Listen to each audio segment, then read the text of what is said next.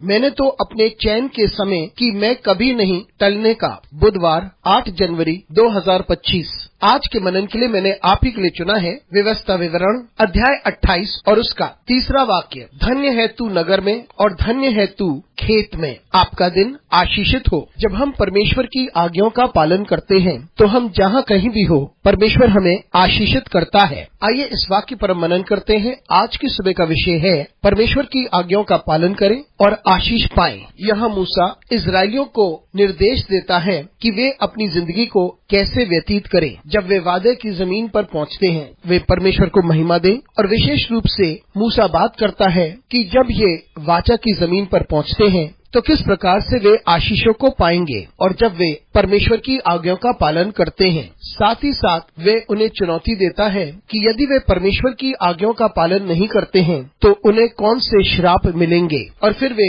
लोगों को प्रोत्साहित करता है कि वे परमेश्वर की आज्ञाओं का पालन करें और फिर बताता है उन्हें किस प्रकार की आशीषें प्राप्त होंगी। और आशीषों की शुरुआत करते हुए मूसा कहता है कि परमेश्वर तुम्हें नगर में आशीषित करेगा और खेत में भी आशीषित करेगा। आप जहाँ कहीं भी हो परमेश्वर आपको आशीषित करेगा। मित्रों, हमें सिर्फ परमेश्वर की उपस्थिति और परमेश्वर की आशीषों की आवश्यकता है। उस वक्त इजराइल के लोग वाचा की जमीन में प्रवेश करने जा रहे थे और वे इस बात का निश्चय नहीं था कि वे कहाँ पर रहेंगे, लेकिन परमेश्वर का आश्वासन यह था कि वे जहाँ कहीं भी रहें परमेश्वर उन्हें आशीषित करेगा। हम सब की जिंदगी में यात्रा है। हम में से कुछ लोग शहर में रहते हैं और हम में से कुछ लोग गांव में रहते हैं। हम जहाँ कहीं भी रहें ना तो शहर ना वे जगह हमें समृद्ध करता है या आशीषित करता है, परंतु परमेश्वर की ओर से आशीषें हमें आशीषित करती हैं और हमें समृद्ध करती हैं।